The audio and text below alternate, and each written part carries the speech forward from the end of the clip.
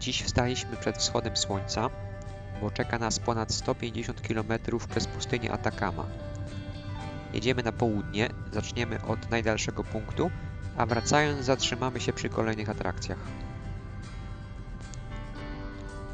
Najpierw jedziemy w zupełnych ciemnościach, idealnie prostą drogą, a dookoła panuje przytłaczająca pustka. Nie wiemy, czego się spodziewać. Czy jesteśmy bezpieczni, czy może powinniśmy się bać? Za chwilę z jednej strony pojawił się księżyc, odsłaniając rozległy horyzont. Niedługo potem z drugiej strony zaczęły świecić pierwsze promienie wschodzącego słońca.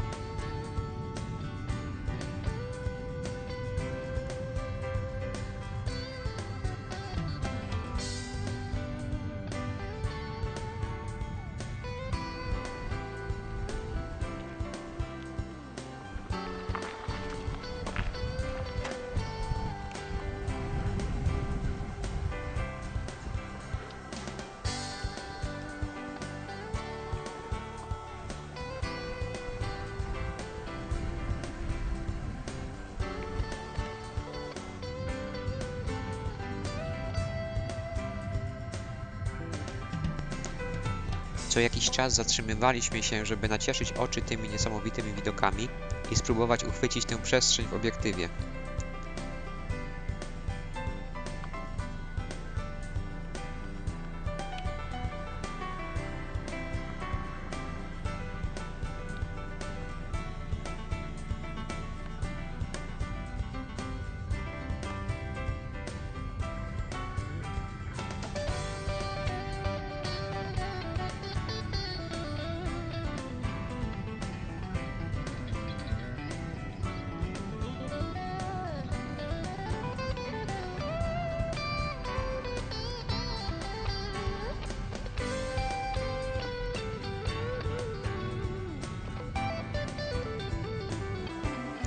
Znajdujemy się właśnie na punkcie widokowym Piedras Rojas.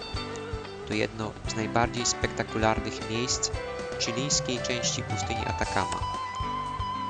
Leży w rejonie Salar de Aguas Calientes, nazywanym też Salar de Talar, około 160 km na południowy wschód od San Pedro de Atacama, na wysokości około 4200 metrów nad poziomem morza.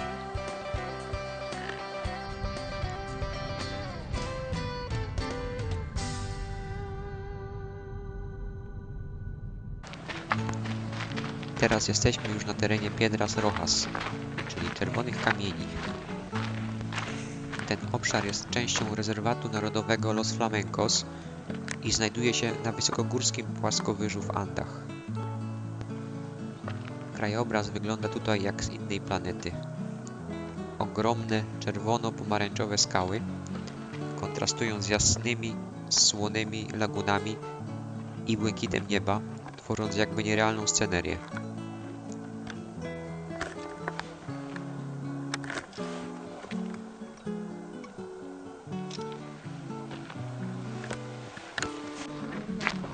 Ten intensywny odcień czerwieni pochodzi od naturalnego utleniania żelaza, które przez tysiące lat zachodziło w tych formacjach.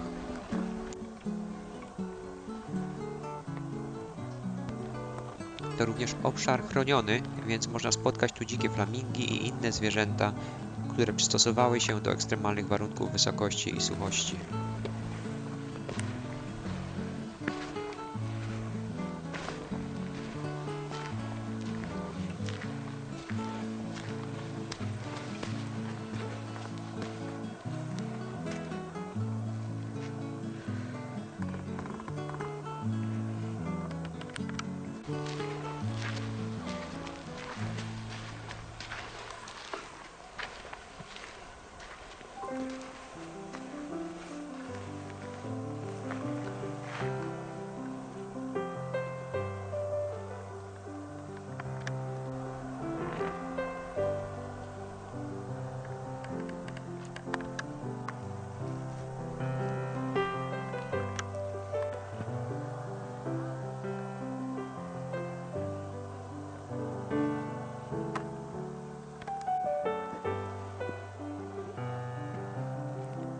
...4000 metrów. tu wszystko jest skrajne. Wysokość, kolory, temperatura, cisza.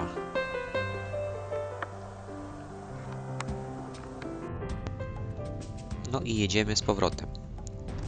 Co wcale nie oznacza, że kierujemy się już do hotelu. Przed nami jeszcze sporo do zobaczenia.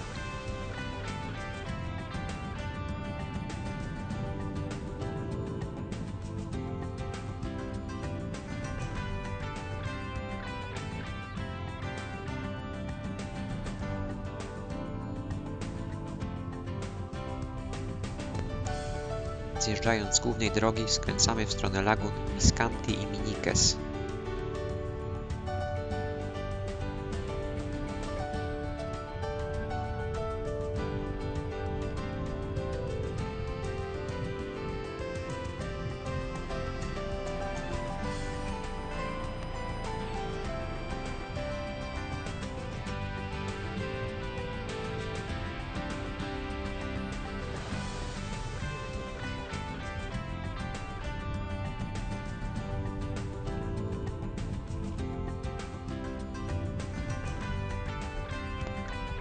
To co widzimy to laguna Miscanthi, położona na wysokości ponad 4100 metrów nad poziomem morza. Woda ma tu piękny, turkusowo-niebieski kolor, który wyróżnia się na tle surowego górskiego krajobrazu.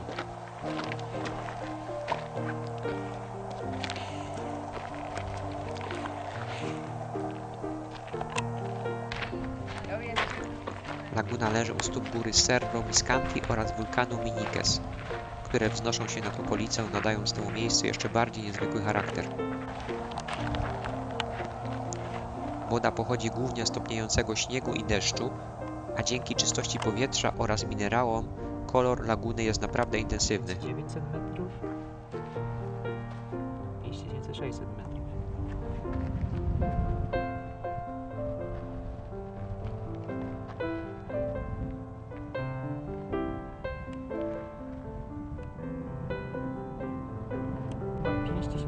Ponad 5900 metrów, 5916.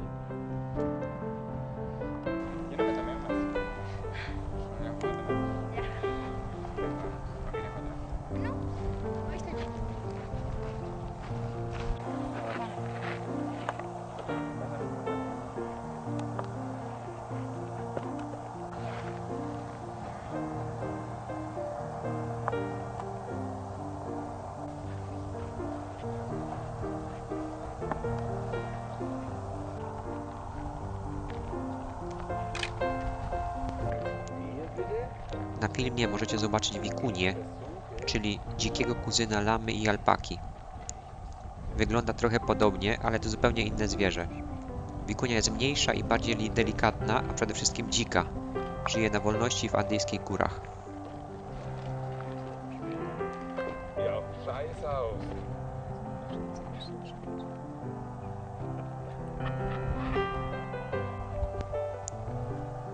Na tutejszych lagunach często można zobaczyć dzikie flamingi oraz inne ptaki przystosowane do wysokogórskiego pustynnego klimatu.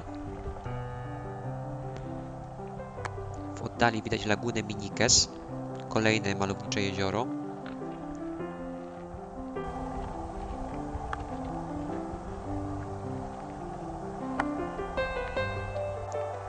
A w tle dominuje wulkan Minikes, sięgający ponad 5900 metrów.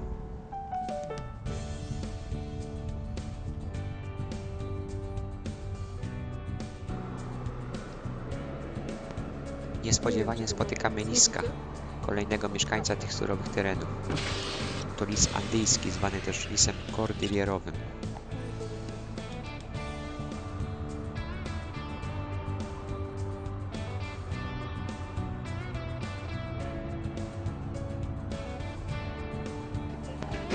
Na przystanku przywitały nas szarogłówki, zwane też Czynadnem Południowym.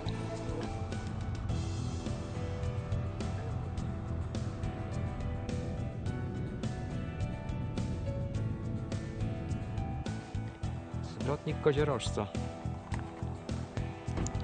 Po drodze zatrzymaliśmy się na punkcie Tropico de Capricornio, czyli zwrotniku koziorożca.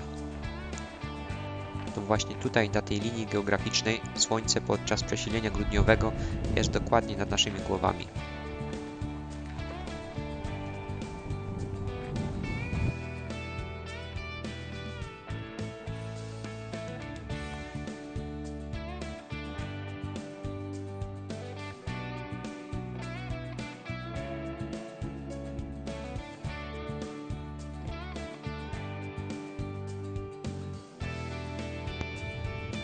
Kierujemy się z powrotem na północ.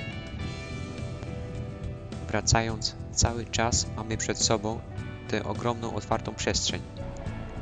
Nic nie zasłania nam widoku, tylko niebo i skały.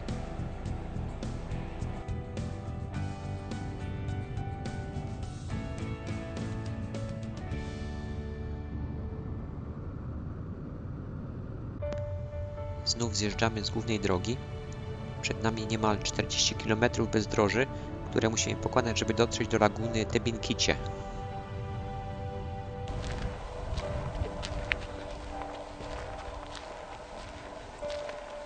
Dojechaliśmy do laguny Tebinkicie. To duże, słone jezioro na pustyni Atakama. To, co widać w tle, to nie śnieg, lecz białe kryształki soli. Woda ma piękny, intensywnie niebieski kolor. Co ciekawe, choć jesteśmy na wysokości ponad 2400 metrów, temperatura potrafi tu drastycznie się zmieniać. Rano było chłodno, wręcz zimno, kilka stopni poniżej zera, a teraz palące słońce daje się we znaki i jest nie do wytrzymania, choć na filmie tego nie widać.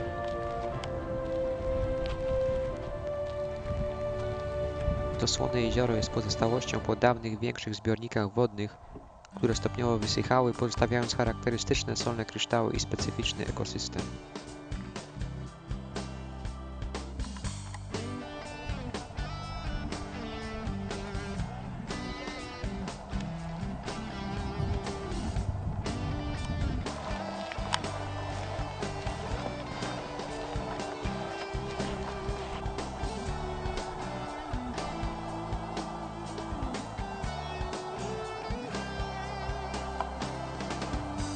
A to Ojos de Salar, czyli oczy pustyni.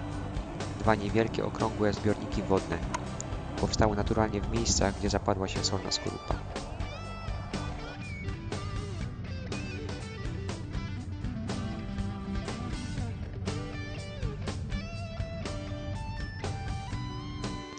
A już jutro ruszamy dalej, żeby odkrywać kolejne skarby pustyni Atakama.